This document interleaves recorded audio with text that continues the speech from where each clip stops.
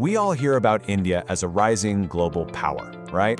But what does that actually mean on a battlefield? In this explainer, we're going to break down the true might of its military, from its mind-boggling numbers to its most critical weak spots and its place in a very complicated world. Let's dive in. So that's the big question we're going to keep coming back to. If push really came to shove, what does India truly bring to the fight? We're going to look at its strength for sure, but also its biggest risks to get a really clear picture of its readiness. Okay, so first things first, we've got to wrap our heads around the sheer scale we're dealing with here. India isn't just a regional player. Oh no, it's a global military heavyweight, and frankly, the numbers are just staggering. And it all kicks off with just raw manpower. We're talking over 1.45 million active personnel.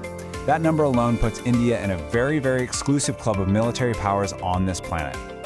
And get this, that's just the active force. When you tack on another 1.2 million reserves ready to be called up, the total force just swells. This massive pool of people is the absolute bedrock of India's military strength. But you and I both know that modern warfare is so much more than just boots on the ground. It's about the tech. So let's take a look at the advanced hardware across the land, air, and sea that gives India its real teeth. So, up in the air, India is packing some serious heat. The backbone of its fleet is this really potent mix.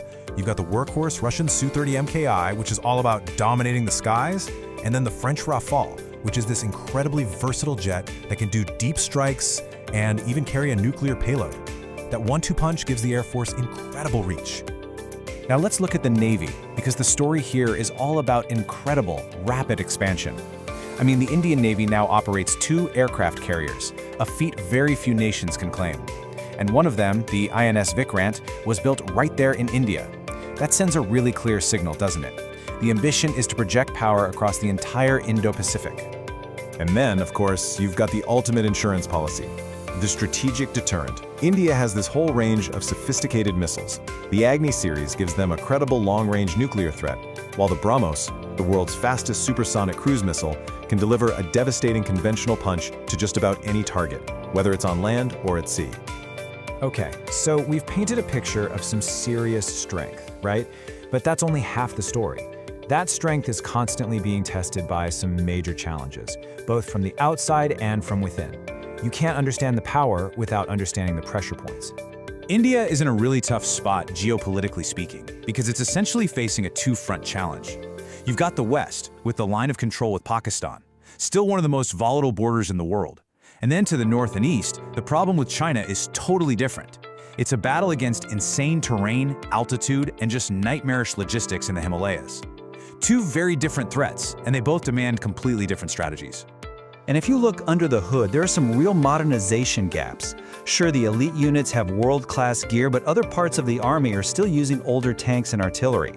And this points to a much deeper issue, a huge reliance on other countries for critical defense technology, which could be a major vulnerability if a conflict dragged on.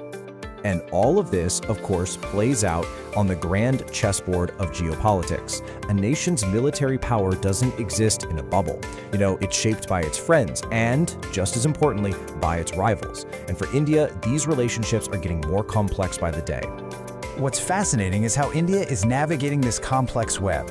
It's getting much closer with partners like the US, Japan, and Australia.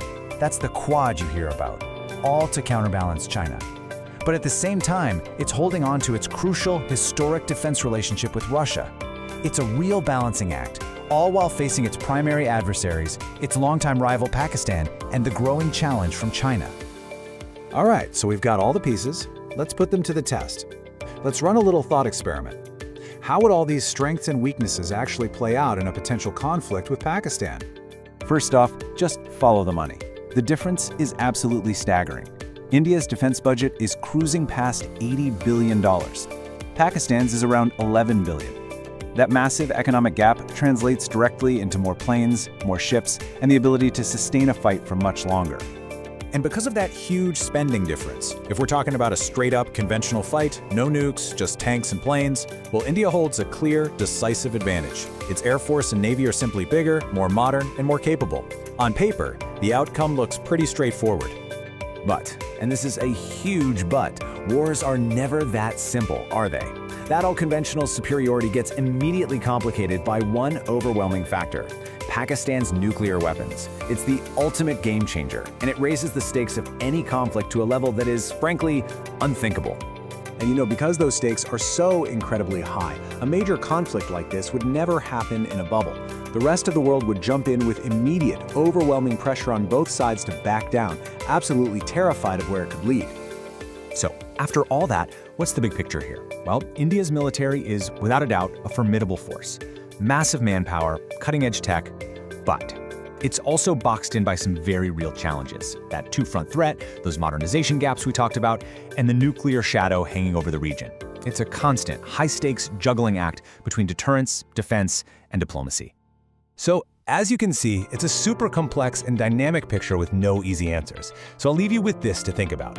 Given its incredible strengths, but also its very real vulnerabilities, how ready do you think India's military really is for the challenges of today and tomorrow? Let us know what you think. Thanks for joining us.